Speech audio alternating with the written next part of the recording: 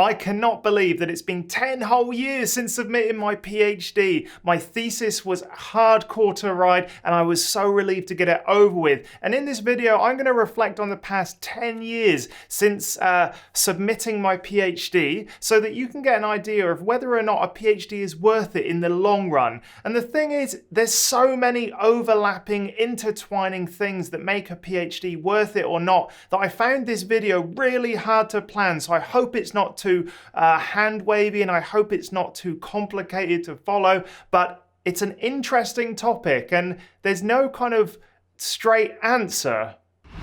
This video is brought to you by my newsletter. Go check it out at andrewstapleton.com.au/newsletter. When you sign up, you'll get 5 emails over about 2 weeks. Everything from the tools I use to how to write an amazing abstract, the podcast I've been on and linked to my TEDx talk and more. So go sign up and you'll get all of that exclusive content into your inbox.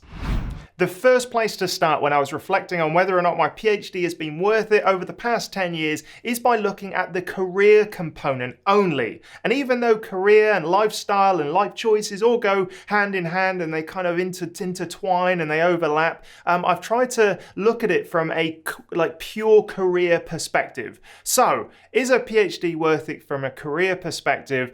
I think I'm going to say no.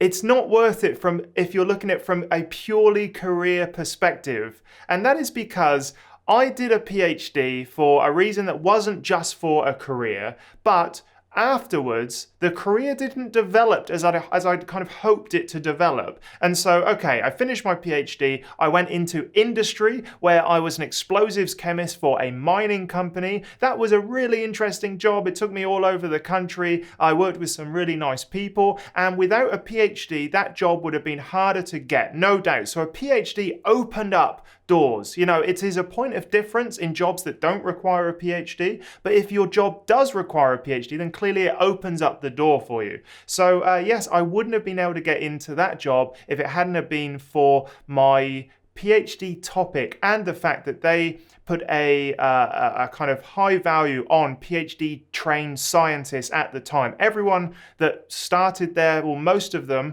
had a PhD, and that kind of is what they looked for, which is great. So that opened up the door. Then I was like, oh, I don't like being in big dirty holes all over Australia, so I'll go and I'll do a postdoc.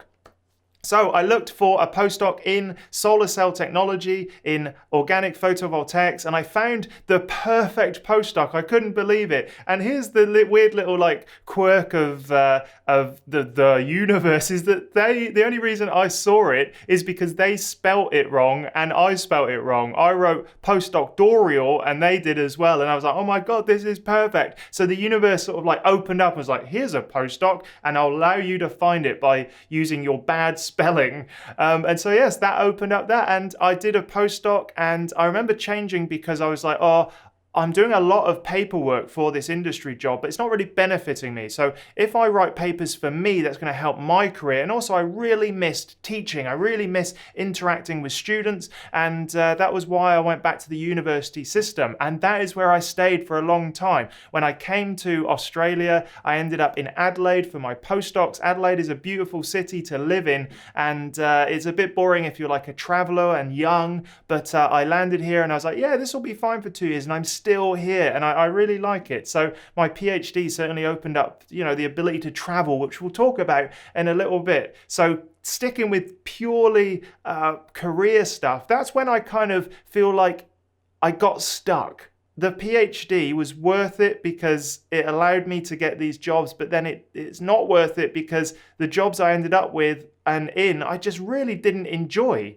Properly. I feel like it was Stockholm syndrome. I feel like it was like, oh, I'm here, I have to enjoy this now, I have to give it my best go, and it has to be my career, because I'd gone so far, and then I was like, well, I don't like industry, and then I was like, I definitely don't want a government job, that would drive me insane, I hate paperwork and bureaucracy and red tape. So then I was like, I'm stuck, and that's where I was.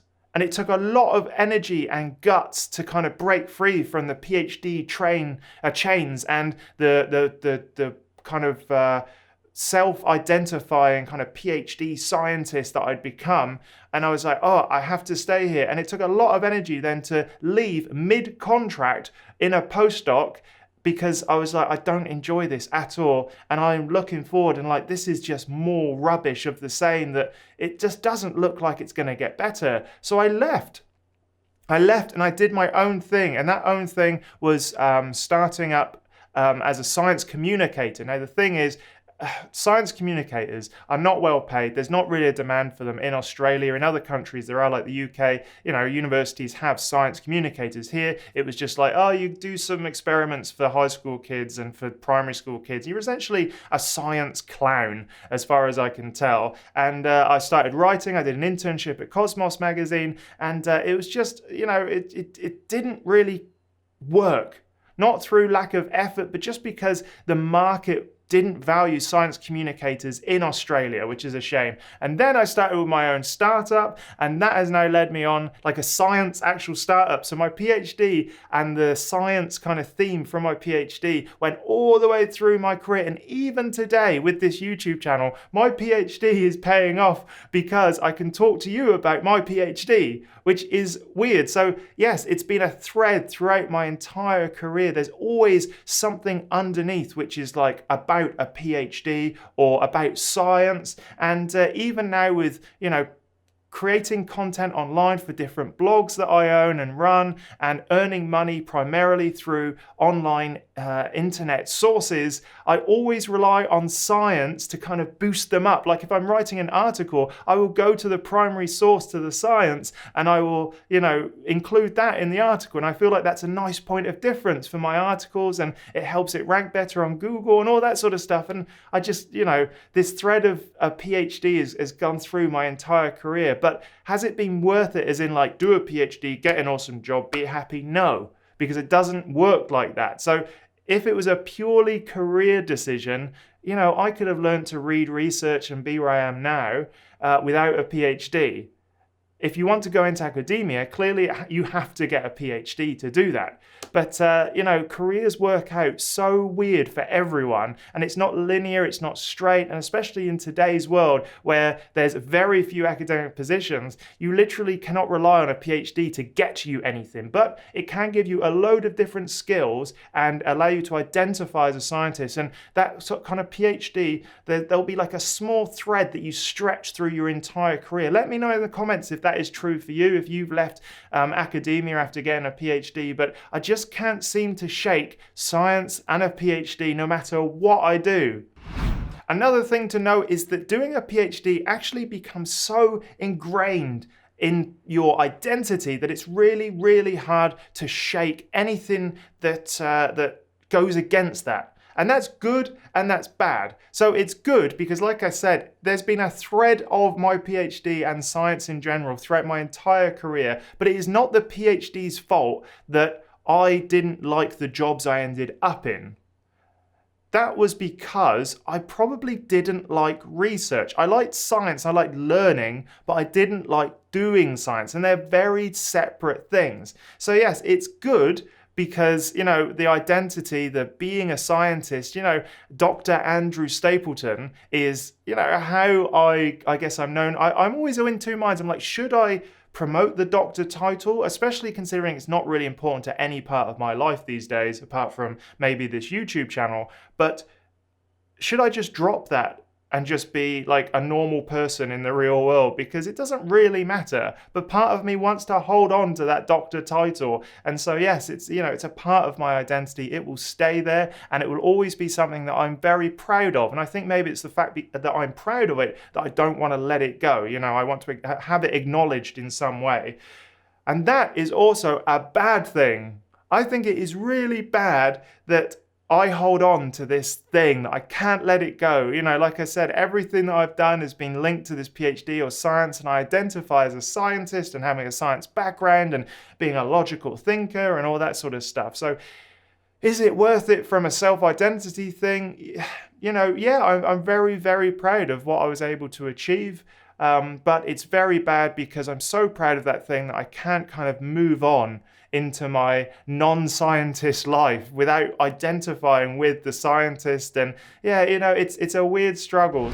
Now, one thing that a PhD gave me that I think is invaluable is the ability to learn. The ability to learn anything, go in at a relatively high level and just sort of like learn the foundations, learn what I need to learn so that I can do something. Now, this is sort of like spilled across into my everyday life. And 10 years ago, I was learning about solar cells and organic photovoltaics and transparent electrodes. And even today, when I'm learning something new, I use that same methodology to kind of do new things, whether or not it's learning to sew. I make most of my own clothes now. Knitting, I did for a little bit. I'm now learning to do portraits and urban sketching. I just love learning. Maybe it gave me that ability to learn, or maybe the learning, the loving of learning was before, which is why I did my PhD. I'll never really know. But doing a PhD and its long-term kind of structure gives me the ability, and gives anyone that does a PhD the ability to understand what learning is like, what a long-term learning process is like. And so I feel like I can learn anything as long as I've got a purpose and a reason to learn that thing. I don't learn things that don't interest me, obviously. And if I have a purpose, a passion for learning that thing, a PhD, even 10 years later, just shows me that like, oh yeah, I did a PhD. I can definitely learn about this. This should be easy. So a love of learning has just kind of continued throughout the 10 years post-PhD. In my personal life, a PhD opened up the opportunity to come to a country which I love and I have become a citizen in. So just last year, I became an Australian citizen, and I was just so happy to get there because I love Australia. And I think the PhD, even though I didn't really want to do the academic thing, a PhD gave me the ability to travel to a country that I'd never thought I'd end up living in, and trying it, loving it, and then staying here. The lifestyle's incredible. It's much better than the UK, in my opinion. And I think that PhD, without that PhD, I would have never have made the leap. I wouldn't have gotten a job in Australia, but the idea of studying in Australia to do a PhD was interesting, especially solar technology, given the abundance of sun. And that, I think, is worth it. So having the excuse of a PhD to travel when you're young is just easy, because if you say I'm traveling because I want to go travel the world, sometimes I feel like people feel like, oh, that's a bit of a waste of a year. But I was traveling, doing a PhD, doing a year abroad, and I think people were like, yeah, good on you, go off. It was just a no-brainer for people. And maybe I'm too much of a wimp to have done that without the PhD excuse. So yes, in terms of where my life has ended up and the ability to travel as well, like I've traveled all over the world. And the great thing about a PhD is that you make international friends. I've visited friends in different countries because I've met them as part of my PhD or as part of my university experience. And I just go and see people all over the world, and that's incredible. So it has absolutely been worth it to turn my life from a small little Britain kind of life to an international life where I just love it. So yeah, a PhD was 100% worth it for the lifestyle it enabled me to live and continue living afterwards. So after 10 years, I can say that a PhD has been worth it, but probably not directly. Not as in like, I've done a PhD, I've got the career that I love, and therefore I live happily ever after. It hasn't been like that. Some of the aspects of a PhD that I never thought would be interesting or valuable actually ended up being the most valuable. And like I said, there's been a thread throughout my entire career, even today, where I use science and the skills that I learned in my PhD, whether it's writing, whether it's public speaking, whether or not it's just doing research on a topic so that I can put it in a blog article or into a video. All of those things are super valuable, and yeah, it's been worth it. If this video has been useful to you, please remember to check out academiainsider.com. That is my new project where I have my ebook, The Ultimate Academic Writing Toolkit, the link to my insider forum, and more. So go check it out. And also, if you haven't already, sign up to my newsletter, get that exclusive content, and I shall see you in the next video.